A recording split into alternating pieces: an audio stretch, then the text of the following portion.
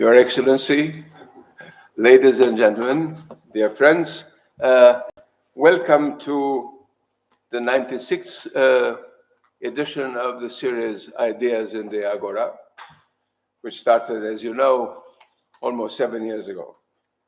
But from today, this series bears the logo of the Academia Europea, and I am very happy to announce it publicly that this is going to be this is the second time the logo is used in Romania. I used it also for a conference on Ioan Petru Culianu in Iași several years ago. And from now on, Ideas in the Agora will continue under the auspices of the Academia Europea. I'm very thankful to the board of the Academia Europea for allowing us to use it. This is part of a larger strategic plan of building a regional knowledge hub in Bucharest. We are now closing in on the final steps leading to the opening of the hub, which will happen in a matter of months. I'm also very proud to announce this publicly, taking advantage of the presence of yet another member of the Academia Europea, Anton Debates, and the presence of another member, Gabriel Andreescu, that the annual conference of the Academia Europea in 2026 will happen in Bucharest. So it's going to be a lot of fun there. Our guest tonight is Anton Debates, who is, if I were to, we are friends, but I will have to make abstraction of this and then go straight to what I had to say.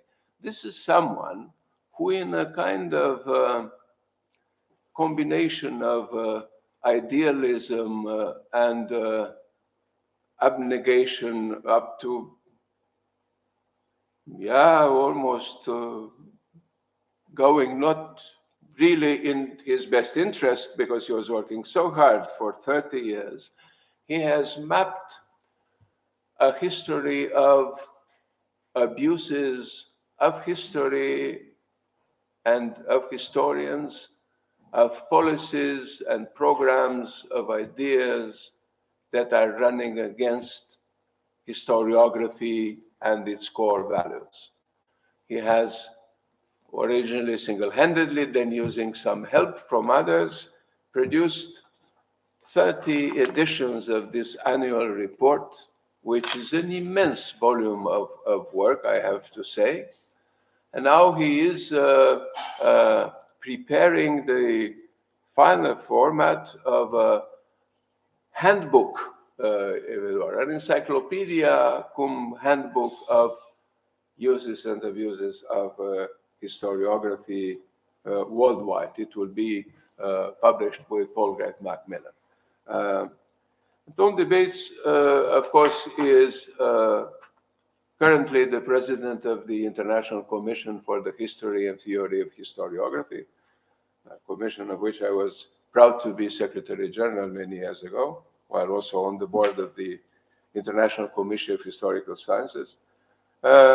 And he has covered, as I said, for a very, very long time, this problem of this connection or conjunction between history, ethics, morals, justice. This is why we chose for the generic title of this two-part event, Transitional Historiography and Retrospective Justice. This part, the first part, is a lecture which will be delivered in a minute by Anton Debates, who is going to talk precisely about transitional historiography, and I'm not getting into details. The second part will take place tomorrow from 10 at the Institute for the Investigation of the Crimes of Communism. And this is going to focus on what I call retrospective justice. Retrospective and not retroactive, because actually it is closer to history than to justice. It doesn't bring justice. It's just a retrospective. It was retroactive means still active, but this is not active. And this is going to be debated tomorrow with Anton Debates and Gabriela Andreescu. Cosmin Popak is also here, Daniel Philip from the institute I mentioned, with the participation of other colleagues from the Institute, Stefan Bosomitu and Florin Soare. Anton is going to go through other kind of very nice itinerary to Cluj, where he delivers a lecture in an event which is organized by by Andreas Leutsch, who is a DAAD professor at the University of Cluj. And Andreas also has publicized this worldwide, I have to say, everybody having something to do with the German embassy in Romania, with Germany in general, knows about this.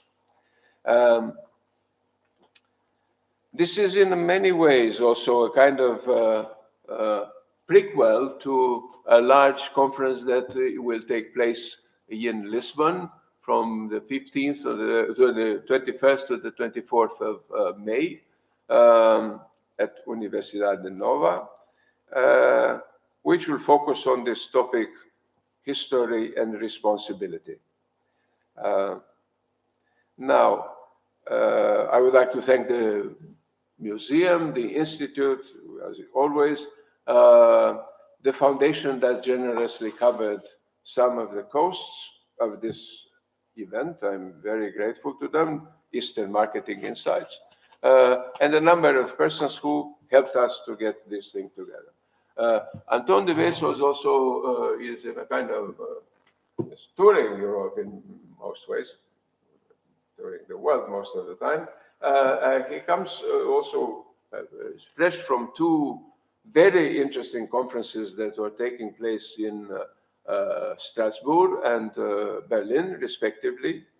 The first taking care of the major topic, engineering imperial memories, Putin's history, politics in comparative perspective, while the meeting in Berlin was also touching upon some of the, let's say, theoretical methodological issues having to do with recent history and with the tradition of dealing with the past in Germany. Discussions in Germany from the 1960s on, sparkled by some debates already in the late 50s, but developing over the 1960s into a theory and practice of what this was called at the time Vergangenheitsbewältigung, that is, dealing and distancing the past, dealing with the past, distancing it, dealing with it critically. This was the paradigm that was exported, or this was an attempt to export this paradigm all over the place after 1989, including East Germany, as a kind of recipe for all the problems of times past and a way of dealing with historical memory in a democratic society after communism. I have to say quite abruptly and briefly that I think this was a failure, ultimately, because things have been changing since history changes so abruptly and so quickly all the time. It became obsoleted in the time that has been passing by. And thus, as someone at this conference in Berlin was aptly noting, we are in a time where the problem is more the development of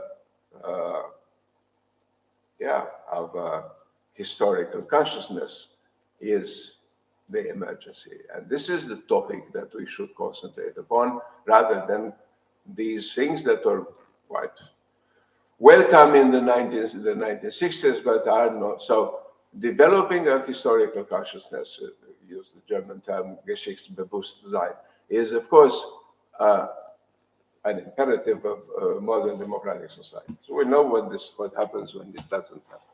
So, Anton debates, the floor is yours. Thank you very much, Sorin. Good evening, everybody. I'm delighted to be here, and thank you for your generous welcome, Sorin. We have known each other, as far as I can calculate, back from 1995, when we first met in Sydney at the World Congress of Historians, and had a long chat already then, for 2 hours, I believe, mainly about Romania, but also about many aspects of our profession. There it started for our relationship, our friendship. Thank you for your kind words. We're out the tone. That's our problem. Of course, we're out. Thank you for your kind words on my behalf.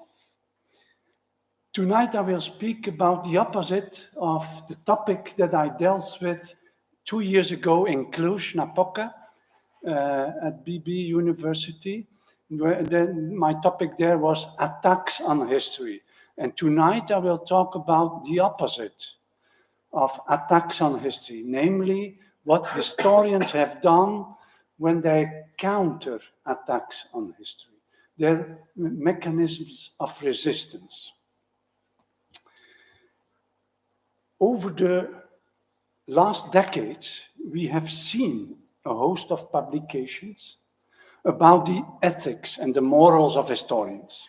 Usually, these studies single out one topic: historical truth, moral judgments, virtues, and so on, and then distill principles or lessons from it.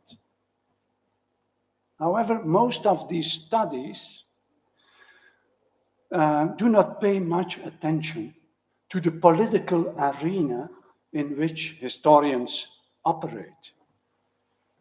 And the purpose of my talk tonight is to fill this lacuna and look at how historians have invoked values in times of crisis, when they came under attack from political power. And in this talk, I seek a clearer view of which values counted most to historians when they were tested in practice, not in theory, in practice. This test matters. In 1983, the Slovak philosopher Miroslav Kusi authored an essay called On the Purity of the Historian's Craft.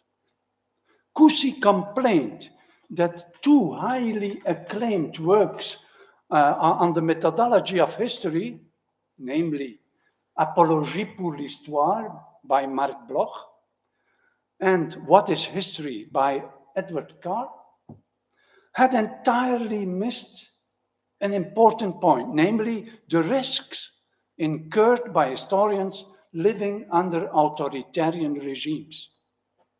Kusi described the case of Slovak historian Josef Jablonitsky and how Jablonitsky was relentlessly persecuted for trying to stick with the principles of the historian's craft while writing his histories against the grain and while attacking official historical taboos. Remarkably, the fact that Marc Bloch wrote his Apologie during World War II, when he fought the Nazis, did not inspire him to pay systematic attention to the political context of historical writing. And tragically enough, Bloch and Carr also became victims of repression and censorship themselves. Bloch's name disappeared from the cover of the Annales, the historical school to which he belonged, during the German occupation of France, although he continued to contribute under a pseudonym. And Bloch died at the hands of the Gestapo near Lyons in 1944, almost 80 years ago. He was unable to finish his apology, but the incomplete manuscript was published nevertheless in 1949. And for 4 decades, Carr's multi-volume History of Soviet Russia was banned in the Soviet Union. Kusi and Jablonitsky themselves were dismissed under the normalization policy introduced into Czechoslovakia after the Warsaw Pact invasion of August 1968. Earning a living as an unskilled worker, Kusi was forced to publish his essay on Bloch, Carr, and Jablonitsky in a samizdat, an underground journal. When their ethical views are tested, historians can invoke a variety of values related to their personality, to their work, to their subject matter, to their audience. But the question always remains how helpful they were to survive the onslaught of violent power. In my talk, I focus not on democracies, but on closed societies, societies that are authoritarian or in transition from authoritarianism to democracy or vice versa. I mean repressive societies or politically hybrid societies, in which it is more likely than not that historians do not express opinions in public because of an imminent risk of attack. Historians who, despite all risks, braved such attacks in real time have done so with different instruments, most notably public speeches, courtroom defenses, and open letters.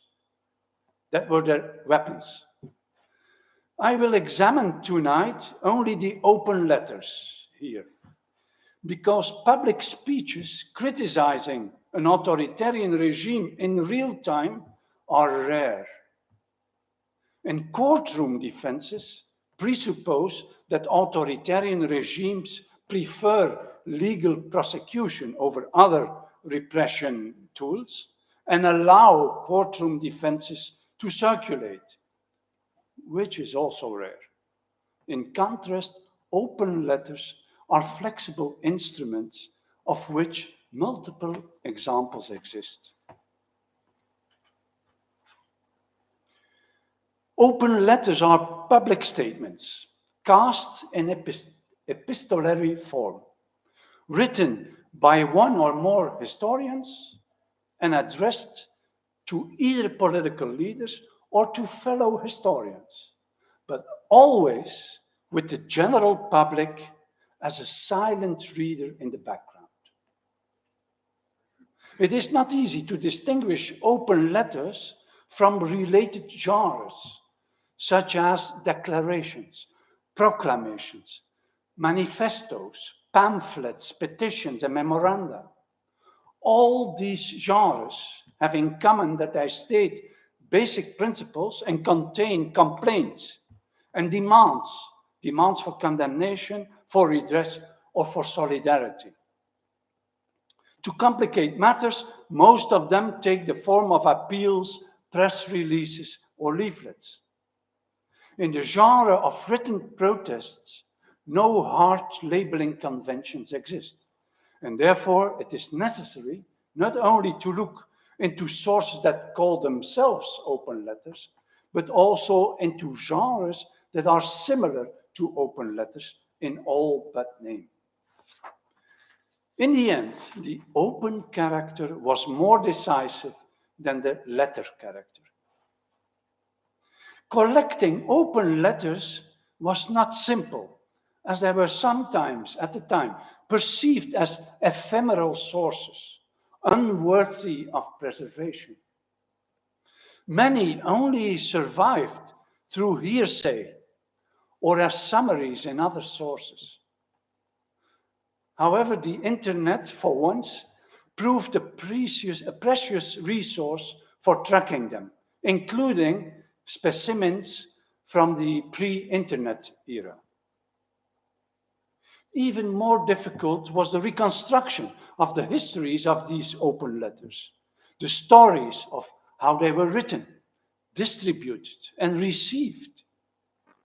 In practical terms, the scope of my inquiry was global, but the period was limited to the era from 1945 until today.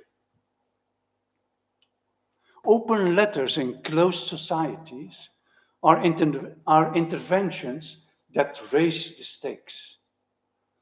Their authors say aloud what others merely think or whisper, without the certainty that their action and message will stand out, persuade, or mobilize. With so much to lose, historians must thoughtfully phrase their letters, which makes them good sources for discovering their values. I analyzed 9 open letters written by historians in detail, taken from a broader set of 99 such open letters. And for this talk, I will discuss one special subcategory: 3 open letters written by historians in a context of transition, from dictatorship to democracy, or vice versa. And they come from Chile, the Philippines, and Romania. I will describe these cases briefly before analyzing and comparing them.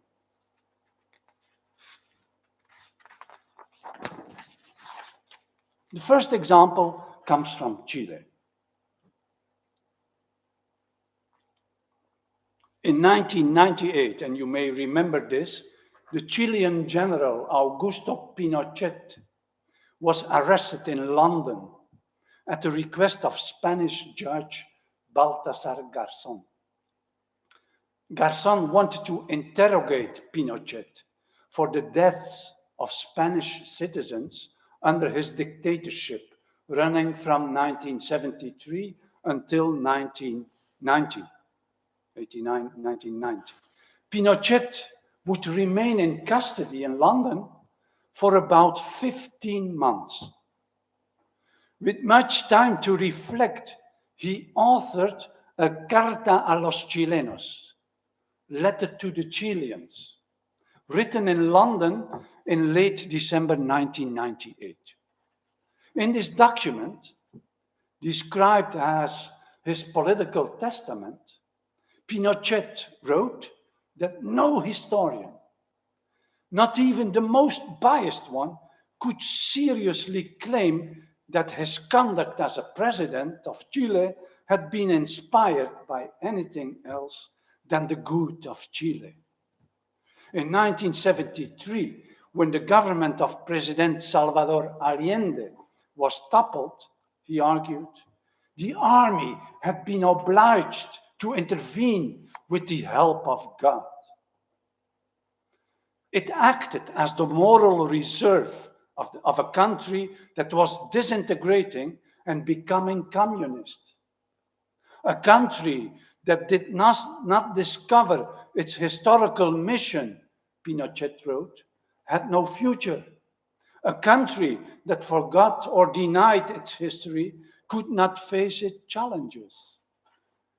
Pinochet concluded that he was persecuted in London because he had defeated communism in Chile and saved the country from a potential civil war. This took the life of 3,000 people, it was true, but almost a third of these were soldiers and civilians who had been victims of extremist terrorism. Around the same time of Pinochet's letter, a historian called Gonzalo Bial Correa, a minister of education under Pinochet's rule, and later a member of the first National Commission for Truth and Reconciliation, wrote a series of columns in the daily La Segunda, in which he defended a similar view of Chile's recent past. Now, 11 historians led by Sergio Grestoso and Gabriel Salazar Vergara, who had both lived in exile under the dictatorship, decided to respond publicly to Pinochet's letter and Vial's columns. And in January 1999, they wrote a Manifiesto de Historiadores, a manifesto of historians, which was published in La Segunda in early February 1999.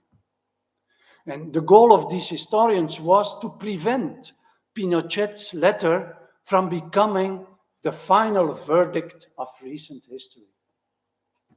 They summarized Pinochet's claims as follows. 1, the military dictatorship was a national heroic act.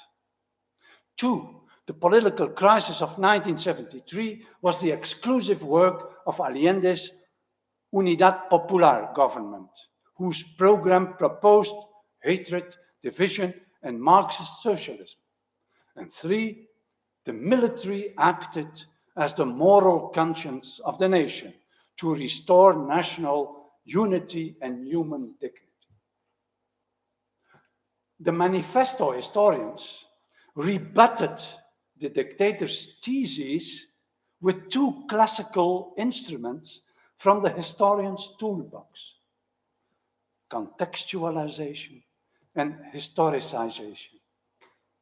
They argued that the expression national heroic act could only be used for actions carried out by the entire nation, not for an illegal coup by one faction.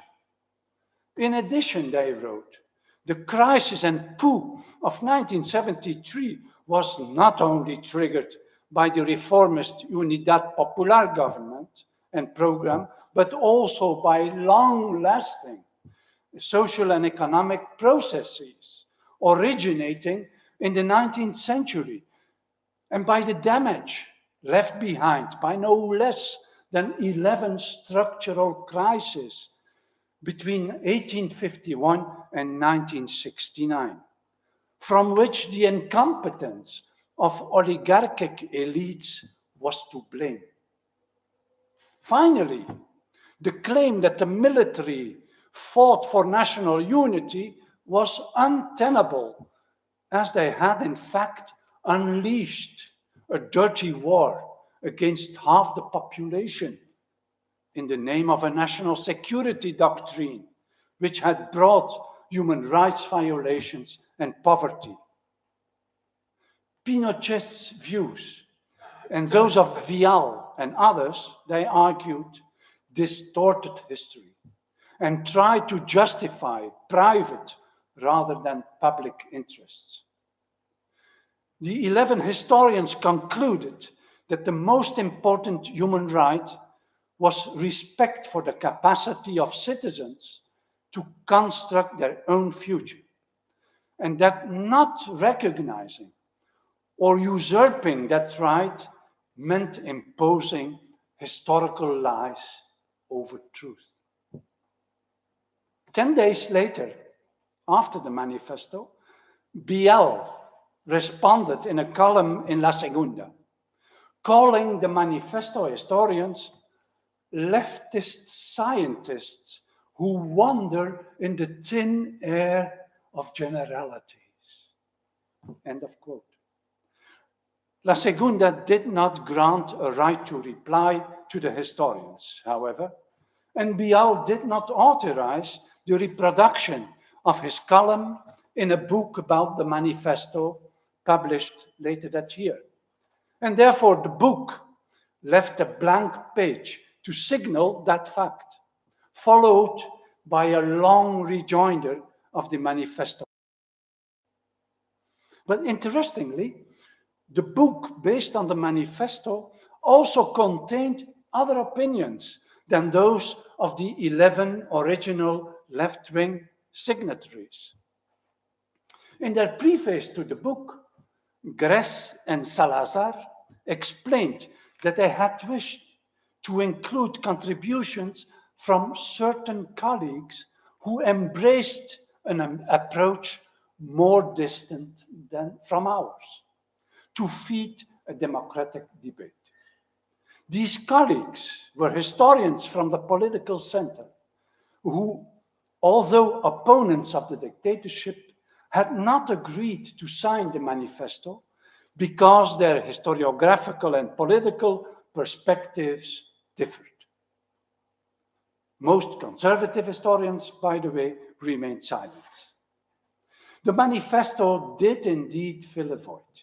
In the end, it was widely distributed and signed by many historians inside and outside Chile.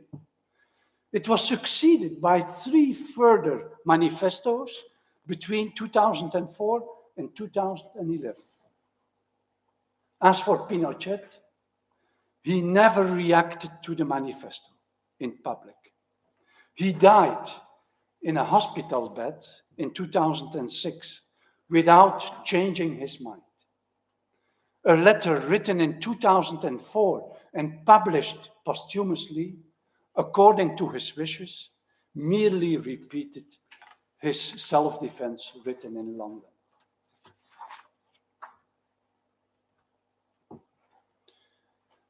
While that Chilean manifesto was a rebuttal of the distorted views of a former dictator, the 2 other examples from the Philippines and Romania presented a program of transitional historiography. I first discussed the manifesto written in the Philippines. I want to keep your attention, and therefore Romania comes last. The manifesto written in the Philippines contained a program to counter an imminent period of transition. The presidential elections of May 2022, 2 years ago, were won by Ferdinand Bongbong Marcos Jr., the son of the former dictator Ferdinand Marcos Sr., and his running mate Sara Duterte, the daughter of former President Rodrigo Duterte. With an overwhelming majority, they got almost 59% of the votes. During its campaign, the Marcos Duterte alliance had embellished the achievement of the Marcos Senior dictatorship from 1965 until 1986 and minimized the suffering of its victims. And earlier, in January 2020, Marcos Jr. had already declared that it was time to revise the content of history textbooks in the Philippines because they contained lies. 9 academics from the Philippines and overseas, coordinated by Oscar Campomanes, a professor of English in Quezon City, and Ramon Guillermo, a specialist in Southeast Asian studies in Manila, drafted a manifesto in defense of historical truth and academic freedom. Published in 4 languages in the month of Marcos's victory and reprinted by several news sites, it attracted 1,700 signatures of educators, scholars, and researchers in merely 1 week. Worried that the new president would distort the historiography of his father's dictatorship, the manifesto writers feared that his victory would erase the traumatic memories of plunder and human rights violations under martial law from 1972 to 1986, and encourage myths of a golden age under Marcos Sr. The signatories pledged to combat all attempts at historical disinformation and to protect the integrity and independence of educational, historical, and cultural institutions. They would staunchly defend the freedoms of thought, inquiry, and expression, and academic freedom, and oppose attempts at censorship, book banning, and red tagging. Red tagging is blacklisting someone as communist or terrorist in the Philippines. Furthermore, the manifesto writers vowed to promote academic initiatives to protect the memories of the traumatic dictatorial period against official attempts to eradicate them, to preserve all historical sources pertaining to the era, and to intervene in the vetting, writing, and teaching of history textbooks. In June 2022, the new Vice President and Secretary of Education, Sara Duterte, tempered fears that she would change the historical narrative. 1 month later, more than 200 educators and scholars attended the launch of a network in defense of historical truth and academic freedom at the Ateneo de Manila University to implement the manifesto and its ideas and organize a series of webinars. Some initiators of the network became active voices in the press, particularly to defend the manifesto against the attack that it was the product of the, I quote, incompetence, indolence, and unethical behavior of anti-Marcos scholars, end of quote. In this way, the network became the principal instrument to implement the manifesto.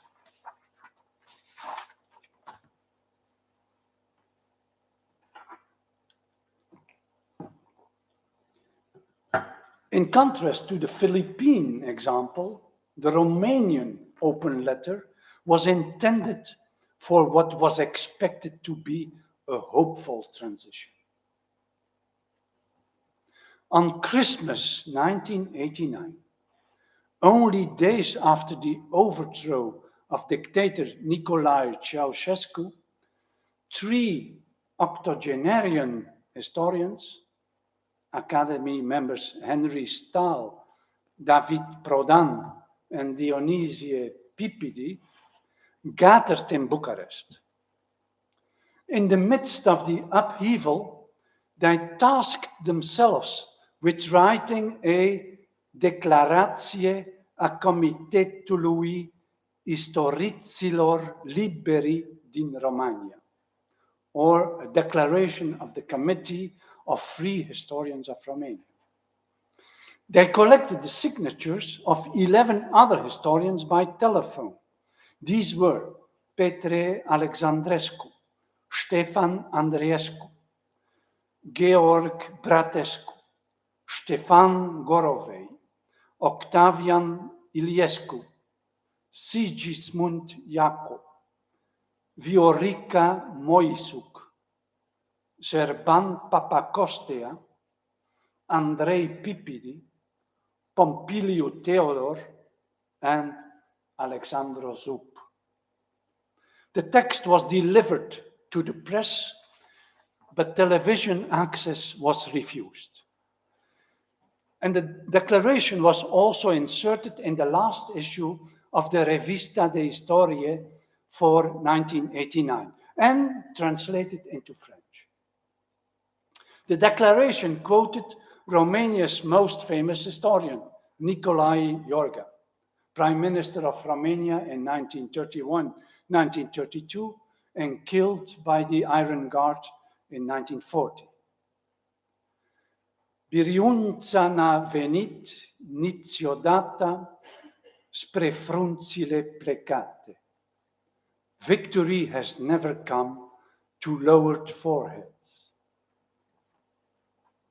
The declaration explained that in these extraordinary days of December 1989, The first duty of Romanian historians was to condemn unambiguously the historical lies of the Ceausescu regime and to propose the outline of a new program for Romanian historiography. The falsification and lies of totalitarian nationalism had poisoned society and brought division and isolation. The true national values had been falsified and destroyed. It was up to Romanian historians to restore the great tradition of historiography and create an authentic image of the past. And the program for this consisted of 7 points. Abandoning empty rhetoric, rebuilding truthful education, restoring teaching and research and rejecting plagiarism, re-equipping libraries, protecting and accessing archives and museums, renovating historical monuments which had been subjected to a criminal policy of iconoclasm, and finally, reconnecting with historians abroad, including Romanians in exile. Furthermore, the historians of the declaration were clearly impressed by the ongoing upheaval. They demanded the creation of a special commission to study the events of December 1989 and appealed to all to collect the evidence for its work. They concluded that it was the duty of Romanian historians to re-establish the truth about the history of the totalitarian regime in Romania and urged all historians to join them.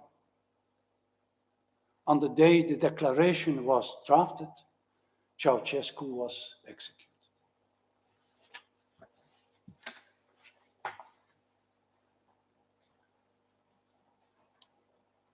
Our initial question was, which values counted most to historians when they were tested in practice? Before I return to this initial question, let me look at the 3 open letters from different angles. First, authorship. In Romania and Chile, the historians who wrote the manifestos were or had been victims of dictatorial regimes they discussed in their letters. They spoke from personal experience and were more than advocates of the cause of history in the abstract. This was different in the Philippines. In all 3 cases, though, the letters were the result of collective authorship, a fact that enhances the representativeness of the values defended in these letters. The authors also wrote under their own names, which required courage. In Chile and Romania, historians were the sole authors. In the Philippines, some authors came from outside the profession. In the Romanian case, the initiative was taken by 3 octogenarian historians, coming from the generation who had known the historiographical landscape firsthand before it became frozen by repression in 1947-48. Audience. In Romania, the letter reached its audience as a leaflet in an official journal article. In Chile and the Philippines, as an online publication. In Chile, also as a book. The 3 letters were also published abroad. The Chilean in the original Spanish, the Romanian in French, and the Philippine in English. In the Philippines, the letter was a reaction to public remarks by the newly elected president, Marcos Jr. In Chile, it was a reaction to a letter of former dictator Pinochet to the Chileans. The letters were also addressed at the broader national community of historians. Per definition, all authors intended their letters to be read to the wider public, national as well as international. They unambiguously condemned the distorted history politics of dictators. Context. In a context of political transition, writing open letters was not as dangerous as it was in times of harsh dictatorial repression. And I analyzed also examples from the Soviet Union, from communist Czechoslovakia, from China, etc. It was not as dangerous as in times of harsh dictatorial repression, but it remained a gamble. While authors had a slightly larger maneuvering space, they still incurred high risks, not only at the moment of writing, but also later, because if the space of apertura were to close abruptly, the letters could be held as evidence against them. Impact. None of the letters resulted in improved conditions for their authors. If the intended recipient of the letter was the country's leadership, no direct response was ever received, although some indirect response was noted in Chile from former Education Minister Gonzalo Biel, who also was an historian, and in the Philippines from Education Minister and Vice President Sara Duterte, who assuaged fears. The appeals spurring to transitional historiography may have had divergent effects. The optimistic manifesto in Romania awakened hopes, but the subsequent opinions of two signatories about its quality and impact, Alexandru Zup in 1994 and Andrei Pripidi in 1996, were divided. Their opinions were divided. While the pessimistic manifesto in the Philippines fueled energies into a network that is still active today, as we speak. Rhetoric. The open letters adopted the form of traditional appeals with rational arguments cast in a tone of restrained emotions, mixing respect for the addressee with fear, anger, and threats. They had an original and incisive format. In Chile, the manifesto was a direct response to a former dictator's letter. And in the Philippines and Romania, it took the form of a program for transitional historiography, which was original. It does not exist so frequently. Although open letters are not ideal tools for in-depth treatment of theoretical issues because of their limited size and implicit readership, namely the general lay public, the three cases discussed here used surprisingly sophisticated arguments. Criticism. It is not the case that the open letters are free from criticism, merely because they came from historians defying authoritarian power. For example, the Romanian letter confessed a strange nostalgia for the great tradition of historiography as it had existed previously, as if 4 decades of dictatorship had not left their mark. The Chilean letter had such a pronounced left-wing stamp that not only conservative historians, but also historians from the political center refrained from signing it.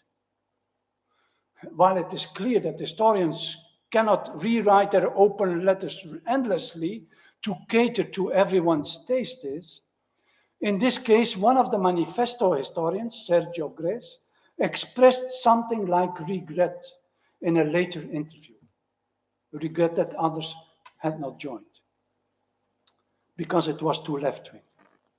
Let us now turn finally to the core of our analysis. As almost all authors, had first-hand experience with brutal repression. The values they held were tested and turned from a theoretical exercise into an urgent matter of practical ethics.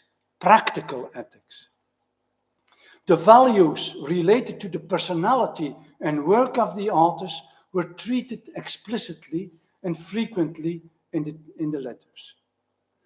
The values linked to their subject matter, that is, the values of past and present generations, and the values related to their audiences, that is, the values of present and future generations, generally remained implicit. For example, the Romanian and Philippine letters, with their program of transitional historiography, addressed present and future generations, but this became mainly visible in their programmatic character, a program for the future, and in the attention they devoted to his history education for the country's youth. Three conclusions seem to impose themselves. The first is that the framework within which most historians under attack expressed their claims was human rights. They focused on how the human rights of historians were threatened. And predictably, the most frequently cited of these human rights under attack was freedom of expression. In Romania, the authors had called their letter writing group the Committee of Free Historians. Among the rights that are not human rights but professional rights, academic freedom was most often mentioned. The Filipino Manifesto, for example, was written in defense of historical truth and academic freedom. The second conclusion is that invariably, the theme of the open letters was historiography in its full breadth, including its documentary infrastructure in archives and museums, and its ramifications in education and in the public sphere. All authors devoted most of their attention to the integrity of historical writing, but the Chilean historians wrote about citizenship by emphasizing their own roles as citizens. And the Romanian and Philippine historians discussed the social functions of historiography, such as its part in history education. The Romanian declaration also demanded the establishment of a commission of inquiry as an instrument for Romanian society to cope with its very recent past. Issues of remembrance, while not absent, were not prominent. To a certain extent, this is logical, as by definition the letters were written in the heat of the conflict, whereas memory issues typically emerge after it. Now, my final conclusion is that among work-related values, historical truth was more invoked than any other epistemic value, such as accuracy, argumentative power, or consistency. And it was also mentioned more than any non-cognitive value, such as intellectual honesty. Although, of course, the latter were sometimes mentioned. In the Philippine case, the concept of historical truth was even incorporated into the name of the manifesto and the network that came out of it. By and large, the letters presented respect for historical truth as the ultimate purpose and anchor for the historian's work. In doing so, They joined a long tradition because over the centuries, persecuted historians have frequently invoked respect for historical truth in their defenses. Why? The reason for this, I think, may lie in a deep-seated professional fear, a professional fear. The fear, namely, that the dictator's corrupted and divisive version of history survives and triumphs as the final verdict of history. Overall, the open letters testify to the fact that the mere performance of the role of an historian, understood as responsibly and methodically working with data from the past wherever it leads, that mere performance of the role of a historian is already a political act in any society, and a dangerous one in closed societies. This is especially the case when the leadership depends on a particular view of the past for its ideological survival, and the work of historians is seen as undermining it, as in Chile, the Philippines, and Romania. In short, ladies and gentlemen, and dear colleagues, the emphasis on historical truth is for good reason. History in the hands of irresponsible rulers can be as fatal as bullets. In short, in other words, history written in ink, if distorted by power, all too often turns into history written in blood. Thank you. Thank you very much. Anton Dudou. I'll go strictly into a number of comments. On the Romanian example first. I was in the office of Alexandru Zub when the revolution in Bucharest was happening, because I was working under his scepter in the Institute of History at Exenopol in Iași. And while we were talking about, all these changes and all the craziness of the moment, we noticed that one of the historians closer to the party that was and was later to become a post-communist nationalist politician, Gheorghe Buzatu, Requiescat in pace, was just hurrying outside the institute with a Romanian flag. And then he was going to join the demonstration as the... And I said, Jesus, I told Alexandru that, what is going on? And the guy is taking the flag now, and so tells me, but who else had the key to the flag, to the place where the flags were kept? And then instantly he gave me with this, the interpretation of the revolution in Romania, of all these people who are becoming free, setting up committees of free this and that everywhere in Romania. It was the people who had the keys to the rooms where the flags were kept. That is one thing.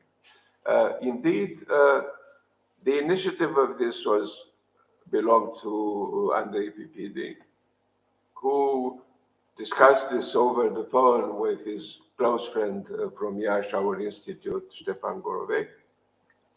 Then they recruited the big shots in the historical profession, who, with the exception of Alexandru Duțu, who would have been a very appropriate addition to the list, starting from the immediate circle of friends, the father of Andrei Pipidi, Dionisie Pipidi, and the other close friends. Now, of these people, Papa Costa Dionysi Pipidi to a certain extent, Papacosta to a serious extent, and Alexandru Zub had been in trouble, you know, serving time in prisons and things like that. They had really suffered under the communist regime. Alexandru Zub being young in between these two generations, Pipidi Senior and Pipidi Junior, was the person who, if we look at the situation, was becoming a nationalist historian at the wrong moment in 1957. He was fooled by the apparent relaxation of the regime in Romania in the mid-50s already, the first kind of wave. He couldn't possibly predict that 1957 was a threshold year for Romania because it was between the revolution in Budapest, in Hungary, which had a huge echo in Romania, not only among the Hungarians in Romania, but and then public manifestations happened in his students protesting and things. There's a very huge impact. And that was 56. Nothing really happened. In 1957, it was a very important historical anniversary, 1457, Stephen the Great, 1957. And then the young guy, Alexandru Zub, who was still a student, then encouraged by the general atmosphere, he organized a big event at the monastery of Putna, where this historical personality is buried. Then it was also a kind of revival of a moment in the 19th century when a similar thing of patriotic rebirth had taken place there with other heroes. It was a kind of mise en abîme of a former memorial meeting there, very important with very memorable speeches. They did this supported by the party state. They had buses and trains at their disposal to get from Iași to Putna. It was a big popular festival for all the students in the trouble is, in the meantime, the Communist Party in Romania learned the lesson from Hungary and decided to go against the rising neo-nationalist wave under communism, and they went and arrested these guys. And the young Alexandru Zub in 1958, when there was a second wave of massive arrests in Romania, the young Alexandru Zub, who was already a researcher in the Institute of History, had graduated, is called up from Bucharest, summoned to the academy where this institute belonged to the Academy of Sciences. He boards the train to Bucharest. At the next stop in the same city, a smaller stop, two gentlemen, or comrades, I should say, come up. At the third stop in the woods, Burnova, they go down the train together. And then Alexandru Zub came back from that trip in 1964, 6 years later. So this was his step. The other historians, or in many ways, had been connected to, from the older generation, to a kind of, let's say, elegant, superior form of nationalism that was now permitted again under communism. And this had to do, in the case of David Trodan, with the historical mythology of the Romanian national rebirth or birth in the 18th century Transylvania. That was his claim to fame. Then there are others who are not necessarily so much against, or not even against the regime, but had been, yes, let's say, had an alternative kind of vision of things. And privately they were opposing it, obviously. Popilu Teodor was also a Greek Catholic, and that was forbidden under communism at some point, and he was very anti because of this. Stefan Gorovei did little than he was from an illustrious Moldavian family, but otherwise keeping a very low profile, also by nature. But he has written, I think his most audacious text under communism is the following, is a footnote. I mean, is a footnote which was published in a self-review of a book by him in Dialog, the student journal that you know I was editing. And it went on like this. He wrote a small book about Petru Rareș, the ruling prince, which was a dense, intelligent, an extremely well-researched and intelligent person, writing very well and so forth. So he wrote this in a series of profiles of, ruling princes that were small like this, a kind of pocketbook, excellently written. Well, of course, the publishing house added a number of quotations from comrade Nicolae Ceausescu, already mentioned previously, who, yes, was unlucky enough not to be able to contribute to Romanian historiography after his fall, like Pinochet was doing for Chilean historiography, because he was killed. But then he had taken the trouble of writing more or less nicely put historical mythologies of his own. And so the quotations were from Nicolae Ceausescu. And Stefan Gorovei came up to me and said, look, what happened to this? I got this book and I'm ashamed to give it to you because it didn't include. I said, yeah, but these are not written by you. I mean, what is the problem? And I know for a fact that you didn't put them there. And we decided that he should write a self-review of the book, which he... And he said, and I tried to do in this book this and that. The book, the thing was published by me in there. And the notation is this. And paragraphs, this, that, on page, this and that, do not belong to me. Which was his very courageous way of signaling that this was... but other than that, and APPD, in his own private way, was, keeping under the radar, was not developing any kind of anti-system. Of course, he was totally against, absolutely. But they were not, how shall I put it, outspoken and active publicly. So, in many ways, this is a belated document. It's good that it happened on the 25th. December. But it was, as you say, a kind of program for a possible history.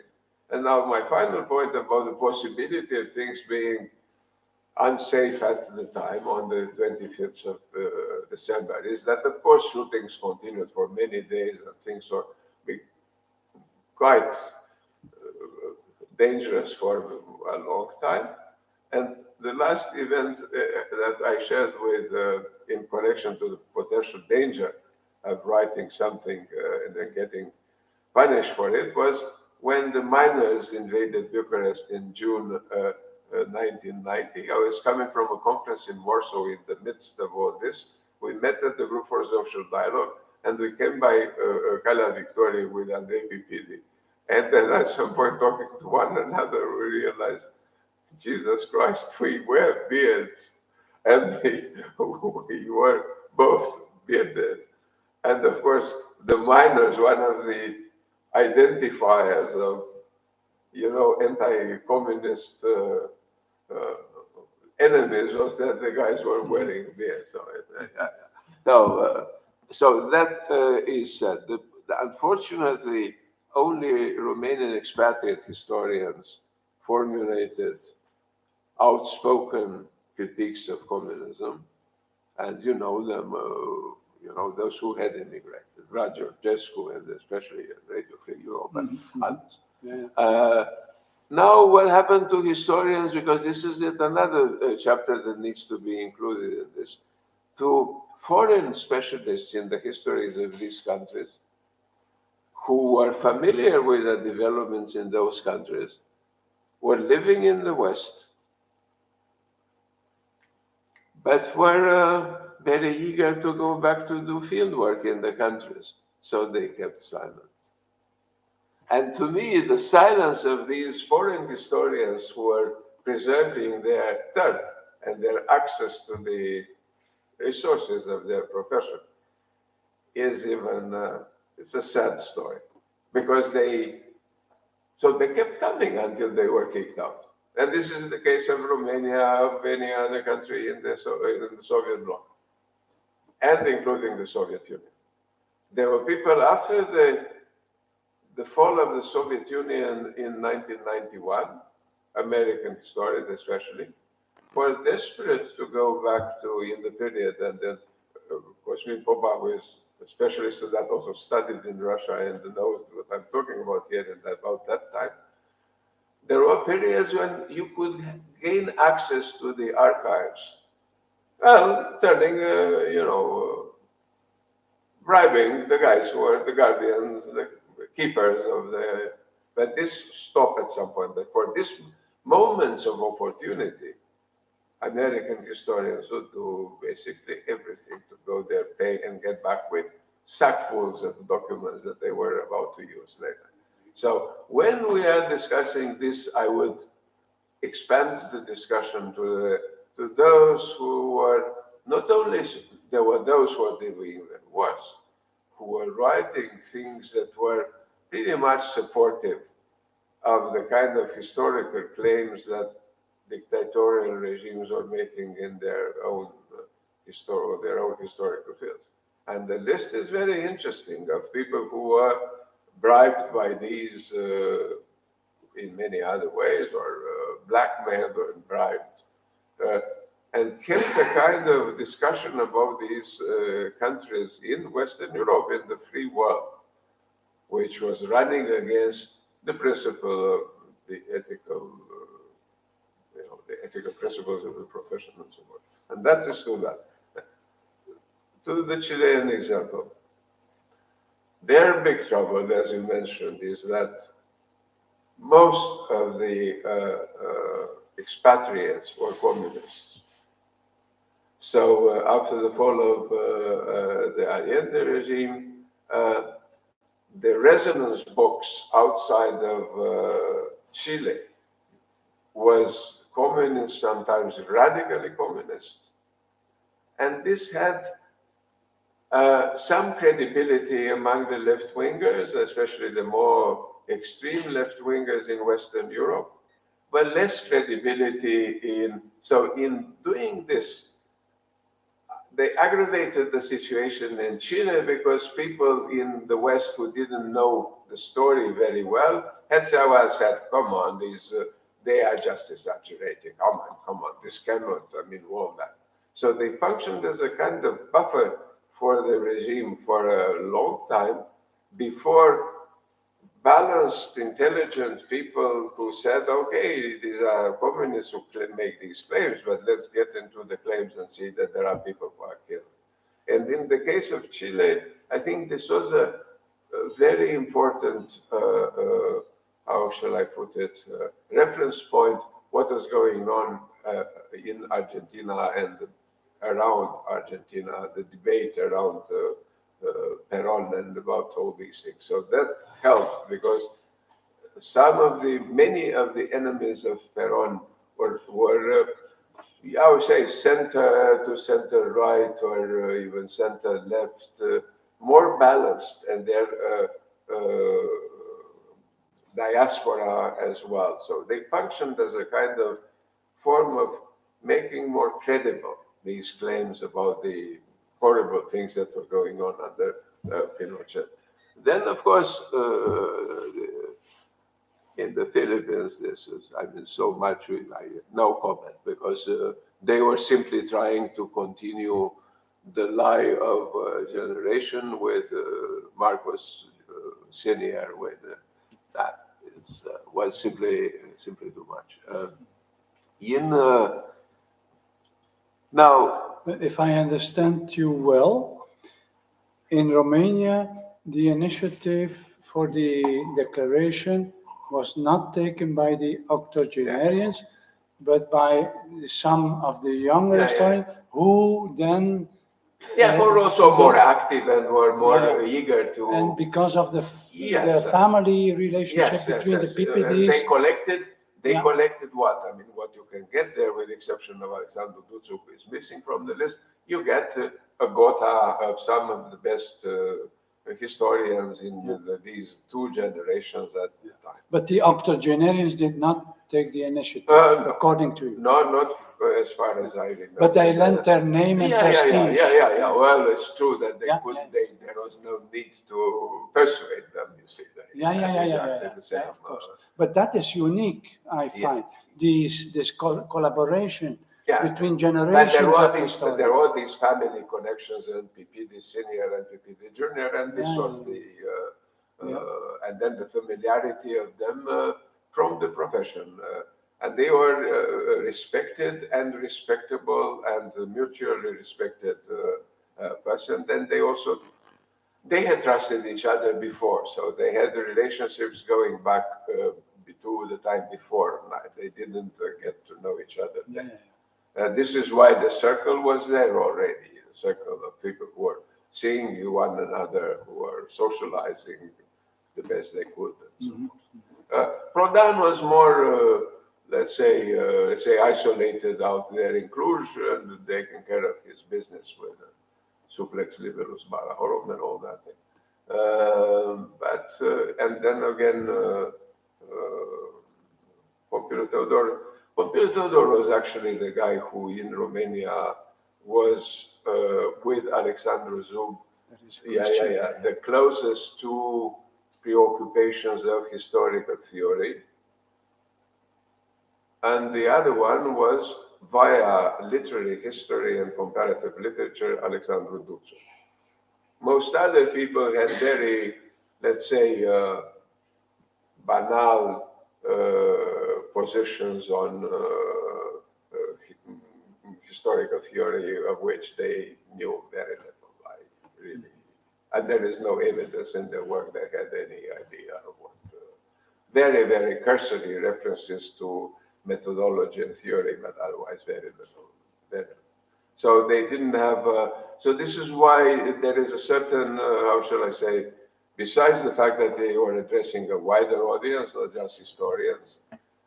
If this were written for historians, this would have been a kind of more professional, with more, even reflecting, the emergencies of the profession and so forth. But this was written in a more general, public thing, and this is why you don't get the first major concerns that come up when you list, you write up the menu of, transitional historiography. Cosmin Popa, yes. Thank you, Professor Arto. My name is Cosmin Popa. I'm a member of the History Institute Nicolae Iorga. Professor De Bert, thank you for your gracious and very useful for me as a Romanian historian. Of course, it's not important, in my opinion, which historian took the initiative to write such program. In my opinion, this was the initiative of those three historians. Of course, it was a quest for modernization of Romanian historiography after the fall of Ceausescu, but they took the initiative. This is a documented fact. First of all, let's make things clear. Prodan was not only an historian of Romanian nationalistic mythology. The memorandum movements, it was very well written in historical context and so on. And besides that, he had the courage to resign from the Communist Party during Communist regime. only historical, which was important. Secondly, it's also very hard to call Aristotle and Dionysius victims of communism. Yeah. Aristotle was the president of the social department of the Romanian Academy of Social and Political Studies, which worked under the direct authority of the Central Committee of the Romanian Communist Party, and Dionysius was appointed the director of the Archaeological Institute after Emil Condurache. Of course, the fact is that they were free during communism, almost free.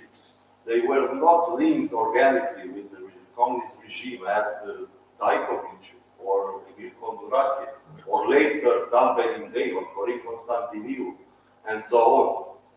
But they were not victims. Yeah. This is why I just mentioned that Pagagosta and Zob were those who... There is a very interesting continuation of this story, because as a matter of fact, I know the case. Yeah. I was brought into the Romanian Institute of History during Papa mandate, so I am very grateful still now. And Viorica Moisu was also an author of this letter, and Viorica Moisu was the researcher of the History Institute of the Communist Party, Yes. which was carried official missions from the communist state during the communist regime. So It's a mixed bag of... we need to contextualize this letter in Romanian case to understand better the motivations of these historians to sign this kind of program, beside three original signatures. Thank you. Yeah, very interesting, yes. That is, of course, something which is very difficult to evaluate from abroad. Yeah. Of course.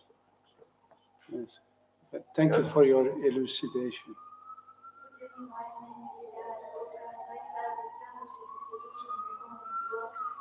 And I used your wonderful book about censorship of historical trauma argument that we have censorship also in democratic regime, because after the fall of communist regime in Romania, the new specialists in censorship, they say, we have censorship only in communist regime and not in democratic. No, we don't have more censorship.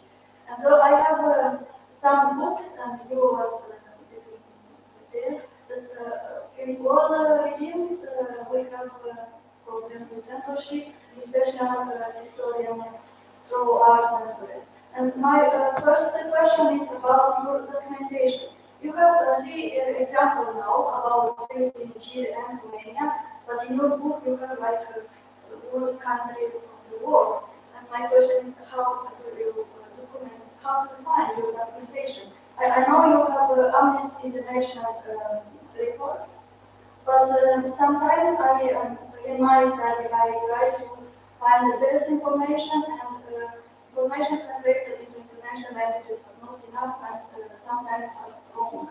And what we have in English about Romanian censorship, what about Romanian history, is not enough, and it's not complete. And my question is, how do you find the best information? It was in communist regime, and you know, this information from the communist regime was not very easy to know after the border. It was very complicated to know what is really happening in these countries. And then my other question is about new censorship, because we all know we have new era now after pandemic time and after this new war and this new situation in Ukraine, for example. And then you are very rush, especially they go very, very less in time. So usually the censorship specialists stop in the communist regime or in the one army. Well, they don't go to present day. This is actually dangerous. And you are this courageous person, and you have example for our day and for the communist regime. And then my question is, if you have a very general view about censorship method and institution and new realities, And if you think we have something new era about censorship and about this problem in historical tools. And I would like to say that I know this censorship international historiography, and you are especially censorship in my top 5, especially. Because I know this historiography, but they are collective authors, what encyclopedia of censorship, but your book are unique author books. And tomorrow I work in a Institute of Investigation of Communist Crime, and I will read my collection book. And for other also. And you will bring professor. Thank you.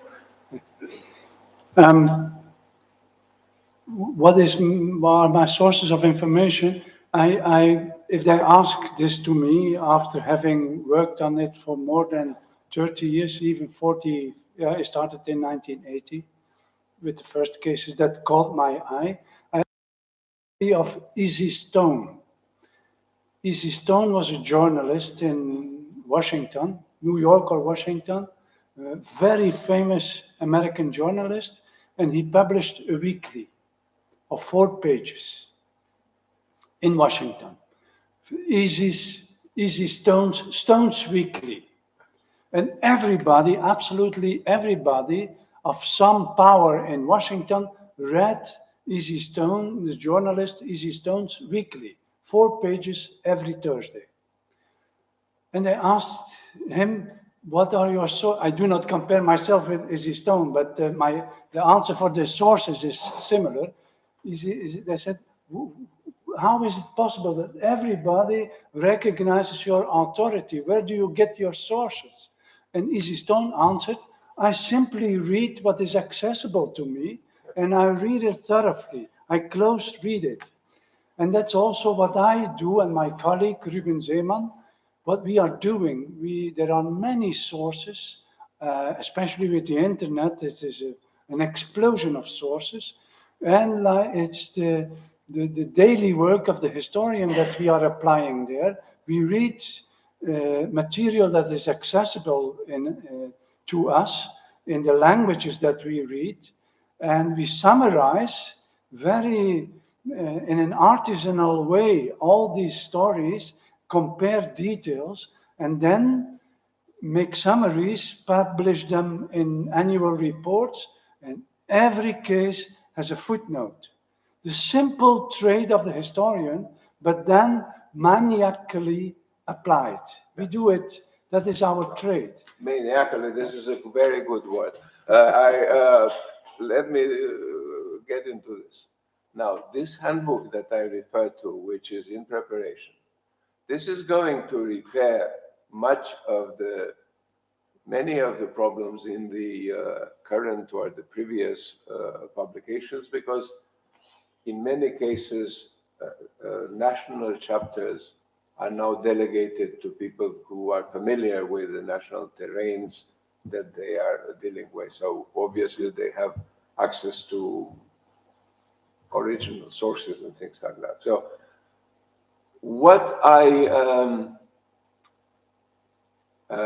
treasure about the effort that was pioneered by Anton de Baets 44 years ago and then developed over the many years. This is why in this sense he is absolutely unique, is that he came up by going through all these materials of different qualities, of different credibility, of different levels of expertise, of different, through this huge mixtum compositum of sources.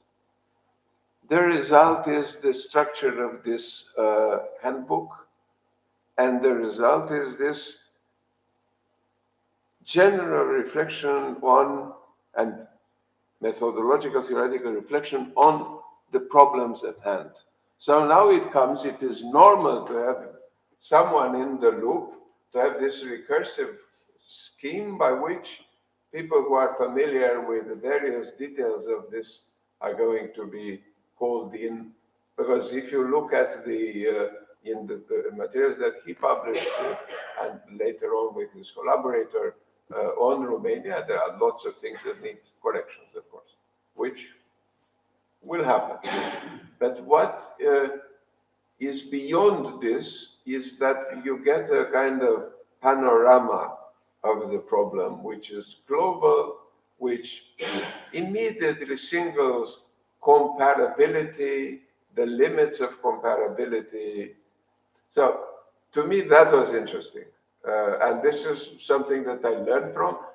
It's like the basic work of comparative literature or comparative religion scholars who for many, many years, more than 1 century in the case of literature, were talking, sometimes even talking nonsense when comparing this kind of literary form in one place with one literary form in another place. On the face of it, if you look at it, there are many technical problems that immediately this, let's say, a haiku is not just that. It is, however, the functional transcultural equivalent of this. So once you get the full picture, you start to speak in general and abstract terms about all these facts. Otherwise, you are lost in this ocean of zillions of facts, and never. And this is, to me, the merit of this huge enterprise. And because we hope to, with the history and archaeology section in the Academia Europaea, with this commission, which we are veterans, the International Commission for History and Theory of Historiography, with the Committee for International Committee of Historical Sciences, we try to come up with a series of conferences leading to publications, to books that are going to further problematize, theorize, and these issues. And one of them is, of course, transitional historiography. People from Memorial, Memorial in Russia, the independent historical association of many members of which are now living in exile. A few of them heard a talk of mine about attacks on history in general.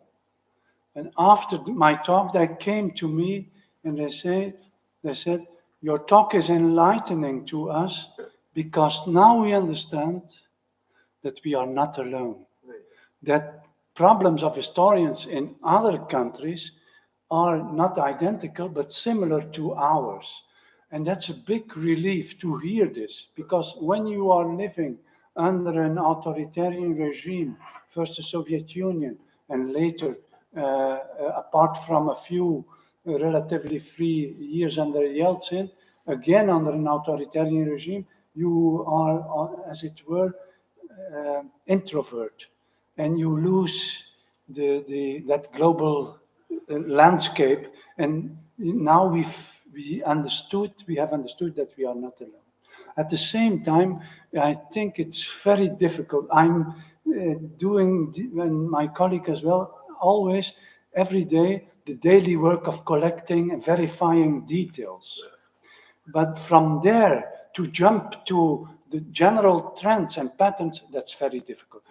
The most general, yes, but that middle level of trends per region, per country, it's very difficult. It always reminds me of an 18th century German historian, I believe it was von Gatterer, who once said, you can walk to every street of the city and still not know it. When you climb the hill next to the city and then you look at the city, you know more. So depending on the perspective, I always remember that quotation because you can delve into the myriad of details of cases, but that does not make you always wiser about trends, and it's very difficult, very difficult. So I guess this is pretty much my own interest in this, because this is This overlaps because you mentioned the Encyclopedia of Censorship, or collective works that had to deal with censorship. Encyclopedia of Censorship, this is in many ways an effort of the 1980s and 1990s. As a collective work, it emerged in the 1990s, 2000s, with, yes, international authors.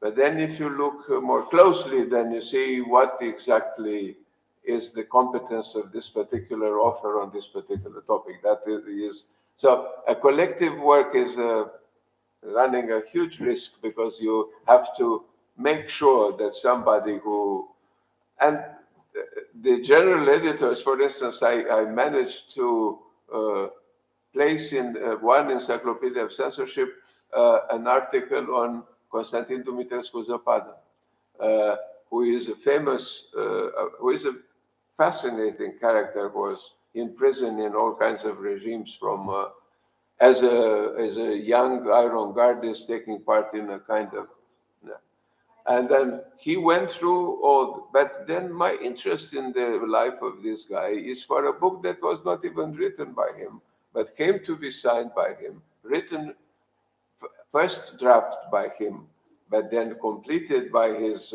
kind of adopted son who was living abroad, George Karpat-Foke, which is called Cetatea Totală, and this is one of the most important books ever written from the Soviet bloc about the Soviet bloc. The tough luck for this guy was this. The book was perfect, was published by Gallimard.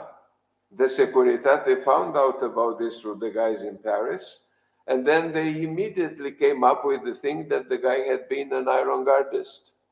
And thus the book was, but not before people from the Romanian section of Radio Free Europe, Monica Rovinescu and Virgile Runca, had serialized reading the parts of that book and so forth. So the book was known, but was buried immediately. And this book never made it into the canon of history, of books, the dystopian synthesis about life under communism, where he belongs. That book belongs. It can be read with the craziness, less the craziness, I mean, with alongside Zinoviev. So it's not crazy like Zinoviev was. It is not dogmatic crazy like it. No, it's a perfect analysis of communism as a dystopia. And I got personally involved in this because my first book manuscript was called Cetatea Fatală, the fatal city, meaning both that it is coming anyway and it is killing you. And the Securitate was writing about me that I was writing Cetatea Totală because they were hearing on Radio Free Europe about the book. And that was a splendid book that got lost. It was published in the 1990s in Romania when nobody was reading it. Very few people knew about it. So this is a way in which censorship kills even the identity of the author and makes it impossible for an important book to make it into the canon. Because if it comes at the bad moment, then it derails the whole phenomenon and in the memory. And this is where it leads. History is written by the victors, as we know. It is written in such a way that nobody can actually rewrite it convincingly afterwards. So if it has this idea like it's calomnie, because there is something that remains, you have to write it first, and then nobody will be able to unwrite it. Okay, I think we are going to stop here, Your Excellency. Actually, His Excellency, the Ambassador of Hungary, I had the honor of being his teacher and becoming his friend at CEU back zillions of years ago. Have anything to say? You want to say? I would have just one footnote concerning the Navis Bodan. As you mentioned, our point of view for the signatories of that memorandum back to 1989 December. And Guram was a well-known historian among Hungarian historians in the 70s and the 80s. Yes. It was very much appreciated. Yes, very much, yes. Someone I don't remember who, but depicted this kind of his effect on writing on Transylvanian history. Oh, yes. As how was it that as you were sitting in a closed, dark and stinky room, and somebody just came and opened up the window and the light and fresh air. So it was really much appreciated. And actually, it was very much appreciated by Catherine Berger. Yes, absolutely. Catherine Berger actually was his disciple. She learned. Catherine Berger, when we first met before 1989 in Iași, I was trying to tell her things about Noica. And I said, look, the guy is charismatic. I mean, was, because he had died. And then this is really, and she says, charismatic like David Prodan? No, I said, no, David Prodan is not charismatic, but he is doing the right thing. Is not charismatic at all. And what was interesting, and very much disappointing for those who had good friendship with him, he really started a very anti-Hungarian publicistic campaign or something. Yes. In the very, very early 90s. Yes. That was really disappointing. Yeah. This was this instrumentalization of Prodan. Yes. What went wrong? So what's happening in his mind? Because he's scientific. Now he was against it. Now I know it for a fact. This was not what he. Which brings me to the point that was made by the ambassador. The thing is. In Hungary, there was a reception of Romanian authors that sometimes was a lot more professional than that in Romania by Romanians. And the example is, of course, Dimitrie Gustis. The School of Sociology, Romanian Sociological School from the interwar period, had survived basically as a reference thanks to the fact that it was taken up by Hungarian scholars from Transylvania who knew Romanian, and also from Hungary who could read him in French and so on. So there was a posterity of an author that was somehow more or less neglected until, and this is a very interesting story. And there are historians originally from Transylvania, Hungarians from Transylvania moving on to Hungary, who remained very close to the cultural milieu of Romania, and we both appreciated and we befriended someone that we pay tribute to, Ambrosch Miskolci, who died rather recently, and we pay tribute to his memory. This was one of those people who are making this kind of communication between Hungary and Romania always interesting and always was. So. Once again, thank you very much.